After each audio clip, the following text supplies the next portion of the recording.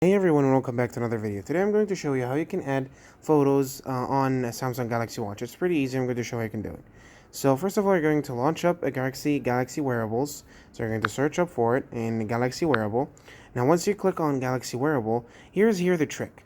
Now you can actually only put specific photos or specific tracks that you want onto the Samsung Galaxy Watch, but not all images and not all tracks are going to appear on the Samsung Galaxy Watch. So how we can do this? Once you're in the Galaxy Wearable and now you're in the Galaxy Watch 5, make sure the application is updated to the latest software, not like me. Then you're going to click on something called Watch Settings. Now from Watch Settings, you're going to scroll down until something called Manage Content.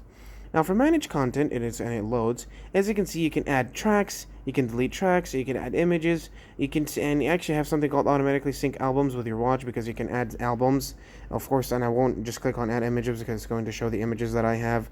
But if you click on add images, you can add specific photos onto your Galaxy Watch 5. So yeah, guys, this is basically how you can add photos on Galaxy Samsung Watch 5. Thank you so much, guys, for watching. Don't forget to like and subscribe, and I'll see you later.